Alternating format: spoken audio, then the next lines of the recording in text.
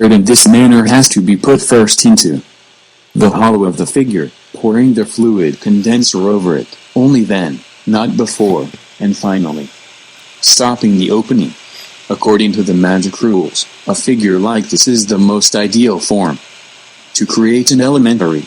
The size of the figure does not matter at all, although it is evident that the bigger the doll, the more fertile will be your creative imagination. But a figure approximately 4 inches will do for a skilled magician. In case an elementary has to be created and a doll to be shaped for another person, the own prima materia is not to be mixed with the fluid condenser, otherwise serious damage will be done to the magician, the respective person, and consequence of the me. Step 8. Magic Mental Training. 8. In Step 8 I am going to deal with a chapter that is of great importance in magic. I mean the problem of leaving the body, or the separation of the mental and later on the astral body from the material one. Every magician who has been working conscientiously in the magic art must hone this faculty, because it offers him the opportunity of leaving his physical body any time he likes in order to bridge the greatest distances, to visit strange continents, in short, to transfer himself to any place where he wishes to be. This apparently complicated faculty is very simple for a skilled magician. In the same way as a pigeon leaves a dovecote, the magician can as easily leave his physical body to betake himself anywhere else, where he will see, hear and feel everything. This faculty does not serve the magician to satisfy his own curiosity or to perceive more distinctly what is happening on the spot in question, but it mainly destined to contribute to the well-being of other people. There is no material hindrance for him, neither time nor space exists for his spirit, and he can rush around the whole world in a single moment if he likes to. Severing the mental body from the material body also enables him to move about freely, not only on our planet, but he can transfer himself with his mental body into other spheres as well, which depends on his maturity. Thus he will learn to know the whole universe, and in case of need, also to be active in some other spheres up to a certain degree. It ought to be the pride of every magician to get acquainted with the whole universe, that is the macrocosm. This being the proper purpose of the mental or spiritual wandering. A good deal could be said theoretically about this faculty and everything else connected with it, but as this work is to be a textbook for practitioners, let us not waste any time with the description of experiences and occurrences, such as every magician will collect himself for the benefit of his own conviction. For this reason we shall give our attention immediately to the practical part, for the development of the mental wandering, which is in fact a transference of the consciousness, consequently of the spirit.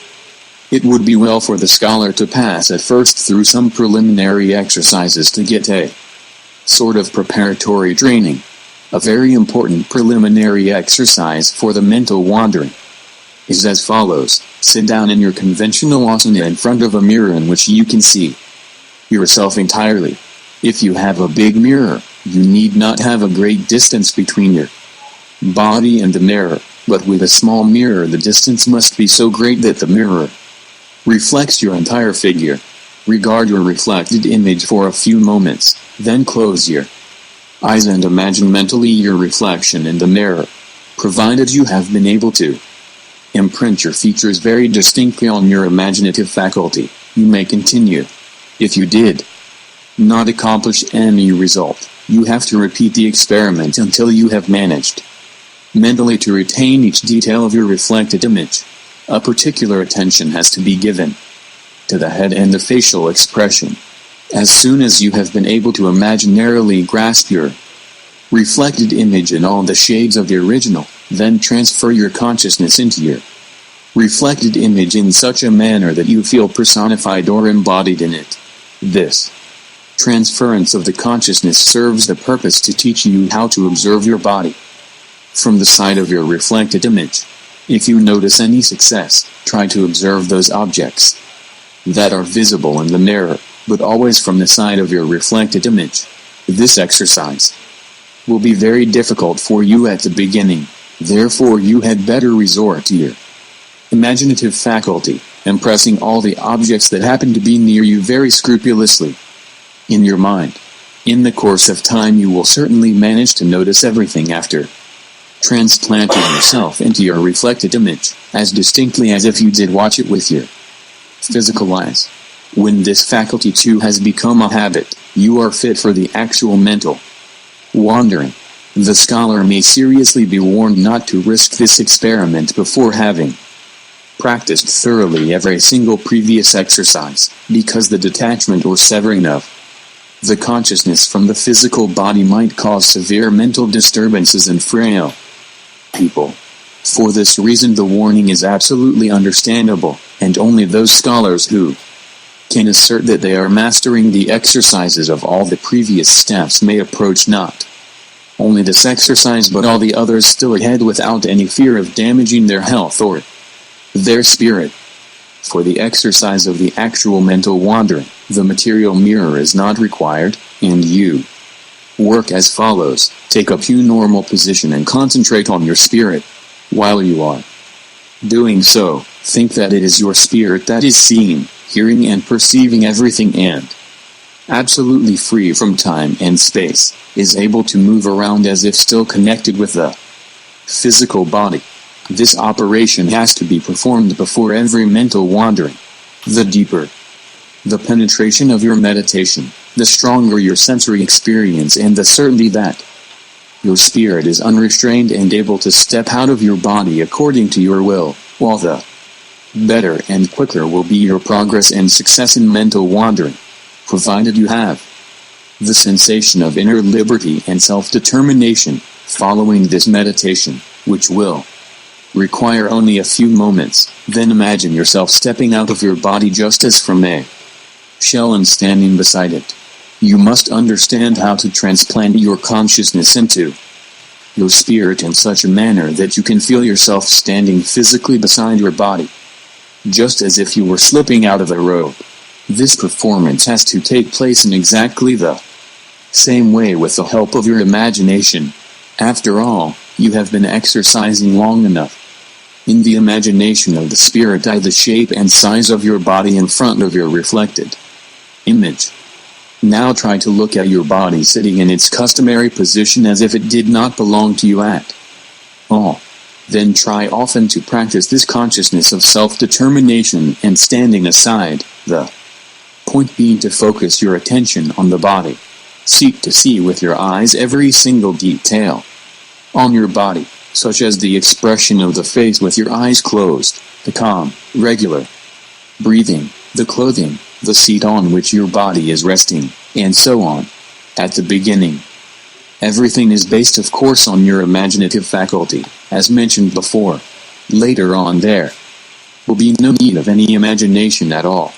As soon as you are positively sure of consciously standing beside and watching your body, your next task will be to examine your nearest environs. Your imagination will be a good help for you here as well. After having finished your exercise, always return into your body, just as if you were slipping on your garment. Wake up, and at once check if everything you imagined corresponds to the facts. You should attain to such a skill of imagination that your imaginary mind does perceive all the objects in the room as distinctly and truly as if you were looking at these objects with your physical eyes. Provided you can book a success after a long spell of exercising, you may go a step ahead. Now transfer yourself beside your body, and do not remain on one spot but try, similar to a child, to walk around in the room, and do it in manner as if you were relying on your physical body. Your own weightlessness and the sensation of timelessness and spacelessness may tempt you eventually to move about with unusually long strides, unaccustomed to your normal body, an occurrence that you ought to avoid in the beginning in order to allow a manifest separation of the mental body. What matters is that you regard yourself as being earthbound. Much later, after a long time of practice, you can make use of the rules of the Mental sphere. Providing the striding up and down in the exercise room has been successful. Go through the door as if you were inside your physical body, and try to leave the room, step by step. At first it will be sufficient to go to the hall or the next room, where you repeat the imagination of the objects there, and as soon as you have returned to the physical body, identify these objects with the reality, provided you are quite sure about being able to move about in your mental body and also to perceive everything in the same way as with your physical body. You are ready to continue. Practice makes perfect, and the whole secret of mental wandering lies in continuous exercising. It cannot be emphasized often enough how very important all these exercises are, because they represent the preliminary step to the astral separation from the body, known as the so-called ecstasy, during which not only the spirit but also the soul together with the spirit separate from the body. I will treat this problem in detail in step 9 under the heading Magic Psychic Training. Once you are able to move about with the spiritual mental body in the same way as with the physical body in your own house or flat, you may undertake short walks outside of it to act. First, it will be quite sufficient to visit the house of a neighbor or to look up friends and acquaintances who live in the vicinity and whom you know very well, provided you have obtained certain experiences after some of these exercises. Other impressions are to be 1. 2. Not only those of objects. The consciousness is being skilled in the course of these exercises to such an extent that it will be capable of receiving sense impressions such as hearing, seeing, and feeling in the mental body in exactly the same way as if one were actually present with one's physical body. Any result like this can, of course, only be achieved by persistent exercises during the training of mental wandering. Go on visiting friends just to see what they are occupied with at this moment. For example, you see people doing everyday work. At first you can do this with the help of imagination. In order to make sure whether the imagination coincides with the real facts, all you need to do is to imagine that the person is doing something quite contrary. If you can manage this imagination just as easily, in contradiction to your perception, you may be sure that neither one or the other is true, that it is still a matter of imagination. At first you will only sense that the imagination responds factually to the reality, because your senses have already been withdrawn in a great measure from your body. Later on there is no more reason for apprehensions, because you are lying in complete certainty about this problem, and consequently you will be able to differentiate correctly whether the things being seen, heard or felt while in the mental body are real facts or imagination. After a long time exercises, this faculty will become quite familiar to the magician, and wherever he transfers his mental body, he will perceive only what is true and coincides absolutely with the circumstances, provided you have made good progress so far as you walk great distances without feeling tired, exactly like normal walking. Only then have you matured to such a degree as apply yourself the laws of timelessness and spacelessness, and not before. In the manner just described, separate your body and think that are long, bound to time or space, while by the mental body, meditate on your being with everywhere you want to be this moment. You will achieve this firm conviction by frequent deep meditation while in the mental body. If you wish anywhere with your mental body, it will be sufficient for you to suppose you've arrived there, and your wish will be granted. In the case of greater distances, you will obtain a satisfying skill only after a long period of patient exercises and frequent transferences. Of course, you ought to visit places that are known to you for a second time. Only you are convinced of being able to perceive everything with your senses, no matter where your mental body has to be, whatever distance, at any time of the day, then you are allowed to visit places absolutely unknown to you.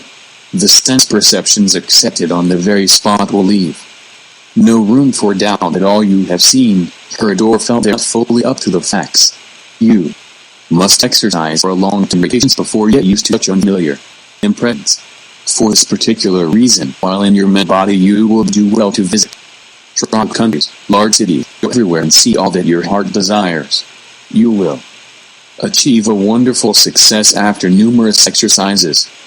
The purpose of mental wandering is not only to perceive everything on earth that is actually happening at the moment, but to be really active there too. For example, you are not only able to see an illness with your mental eyes, but you also have the chance to treat sick people with your mental body, right on the spot, or of performing other favorable influences. All the success and work you learned to accomplish with the help of an elementary now can be managed by your own mental body on the mental plane.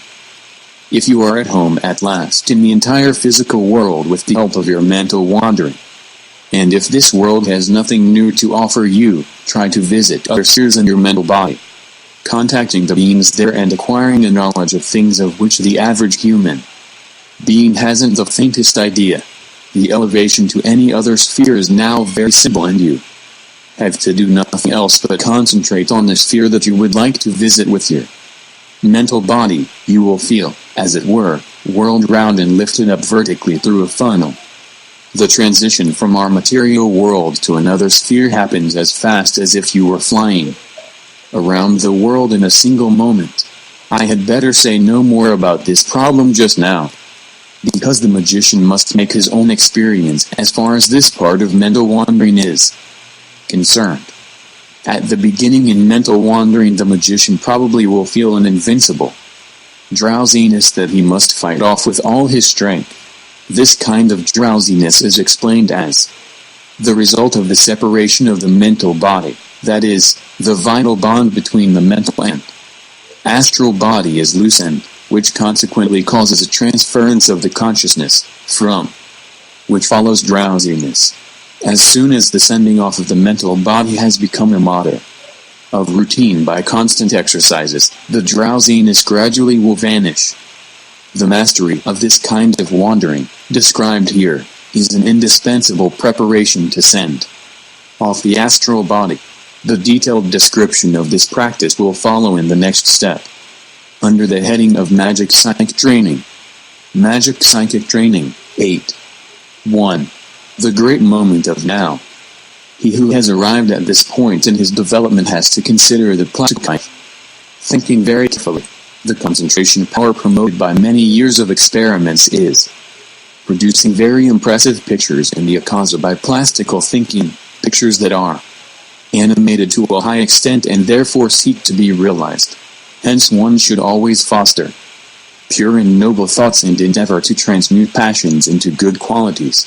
By now the magician should be ennobled to such a degree that he is no longer capable of evil thoughts, or of wishing anything bad to other people. A magician has got to be kind, obliging and willing to help at any time, to assist by word and deed, to act generously, considerately and discreetly. He must be free from ambition, superciliousness and avoid any boasting. All such passions would be reflected in the akaza and the akaza principle being analogous to harmony. Akaza itself would certainly put the greatest obstacles in the magician's way to stop his further development, if not make it quite impossible. Any further rising in a case like that would be quite out of question. Just remember Bulwer's novel Zanoni, in which the guardian of the threshold, nothing else but akaza, sees that the highest mysteries do not come overnight to unworthy people. Akaza will derange a person mentally, arouse doubts of all kinds, or hold him prisoner by vicissitudes and reverses of fortune in order to protect the mysteries in every possible way. These mysteries will always remain hidden from incompetent persons, though hundreds of books should be published about them. A true magician does not know any hatred against religions or sects, since he knows that every religion does have a fixed system that is intended to lead to God, and that is why he respects them. It is a well-known fact that every religion has made mistakes, but he does not condemn it, because every dogma is serving the spiritual maturity of its followers.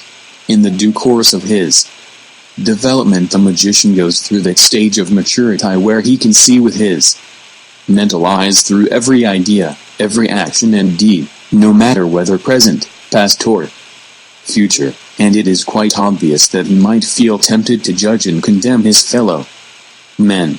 But by doing so he would act against the divine laws and create a disharmony. A magician like that will not be ripe enough and understand the experience, so that a causa will dim his faculty of clairvoyance, and Maya will deceive him. He must realize that the good and the bad are entitled to exist and that each has to fulfill a task. A magician is allowed to reprove or to reproach a person with his faults and weak points only if he is requested to do so, and he should obey such an entreaty with delicacy and discretion. The genuine magician takes life such as it is. He enjoys the good things and learns something from the bad ones, but he will never hang his head. He is aware of his own weaknesses and tries to overcome them. But he ignores any thoughts of repentance, since they are negative thoughts that are to be avoided. It is sufficient to recognize his own faults and never to relapse into them again. For this reason it would be fundamentally wrong to muse on the past and to feel sorry that fate served you with this or that disagreeable thing. Only weaklings complain all the time, expecting to be commiserated. A true magician knows very well that impressions of the past may be animated by recalling them to the mid, thus producing new motives for putting new obstacles in the way. That is why the magician lives, if possible, exclusively in the present, looking back only if the need arises. He will limit any plans concerning his future to the most urgent and keep away from fantasy and daydreaming. Now will he waste the abilities acquired in hard work or give the subconscious any chance to handicap him? A magician works purposefully on his development without neglecting his material duties, which he fulfills just as scrupulously as the task of his psychic progress. Consequently, he will always look himself straight in the eye. He is supposed to be modest and discreet as far as his development is concerned, since the causa principle ignores time and space, acting permanently in the present time, for the concept of time depends on our senses. The magician is advised to adapt himself as much as possible to a causa. He must acknowledge the great moment of now as representative, thinking and acting according to it. The faculty of concentration with respect to the elements depends on the magic equilibrium, and is the best standard to check which of the astral body's elements have yet to be brought under control. For example, if the fire element can still get hold of the magician's astral faculties, he will not succeed very well in classical visionary imagination exercises.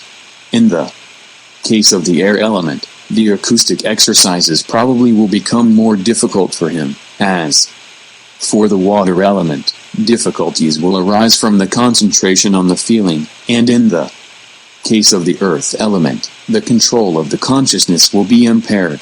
Mental wandering or trance where a transference of consciousness is required will become rather difficult indeed, and in such a case it would be necessary for him to follow intensively those concentration exercises that affect and influence the respective element. Finally, the magician has to permanently perform and deepen the concentration exercises. A sure sign of magical balance will always be to manage equally all kinds of concentration, visionary, acoustic, tactile and conscious ones. Having arrived at this stage, the magician is supposed to keep any imagination in his mind for at least 15 minutes without the slightest disturbance, no matter which of the elements is concerned. He ought to manage all sorts of concentrations equally well without feeling one or the other of them is more in his line. If this is the case, it is a sure sign that the equilibrium of the elements in body, soul and spirit has not yet been established perfectly. Then the learner has to seek to redress the magic balance by assiduous training. If he does not do so, all the shortcomings will delay his further spiritual work. Now follows the psychic magic